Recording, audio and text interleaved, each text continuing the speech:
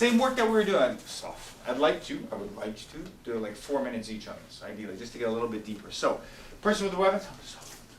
Yeah. Person with the weapon. Nico was a step ahead before. So, as we're getting deformed, whether we have one hand or two, this particularly when we have two hands, the danger is that we fixate with that grip, that existing grip. And although this is a rubber gun, we seek to triangulate with the weapon. One of the advantages of working with the rubber gun, aside from it not cutting up your hands, that's why we're doing it, is that if I overforce on the weapon itself, the bend really deprives me of my power. So I should be touching the gun, I should be holding the gun, but I want to feel the wholeness of the person. I want to feel their hand too, so that you see people bending the gun, but it looks like it's going to rip. You're over-relying on it. And if that's a real gun, he pulls back a little bit, he's going to leave it right out, gouge your hand up. So I want to stick to it. I don't want to be angry, I just want to stick to it. I want to adhere.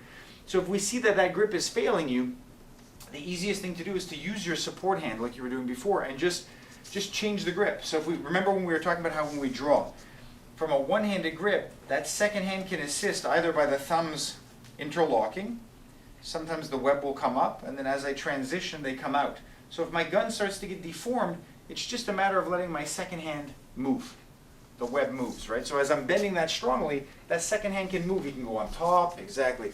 He can go here. If I push, exactly. So he uses that web. I'm either going to pull it, push it, or web underneath. I can even, to an extent, use my forearm, right? So Nico can use it. If I'm starting to push down hard, he can use the forearm to counter it. It's almost like he's counter-stripping my strip, yeah? Exactly. And he just wants to trim that barrel. I'm trying to get it towards his elbow to break his structure. He's trying to get it back on me. And so we should try to avoid fighting like this. I want to be moving all the time. Moving, exactly.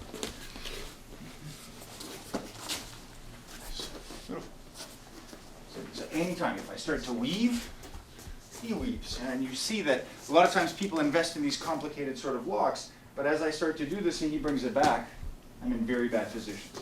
So be careful about over-braiding and grapevining your arms, because he'll just correct that with his free hand, and your whole hand will be in some kind of voluntary jitsu lock and crack you down. Yeah? Soft, same person?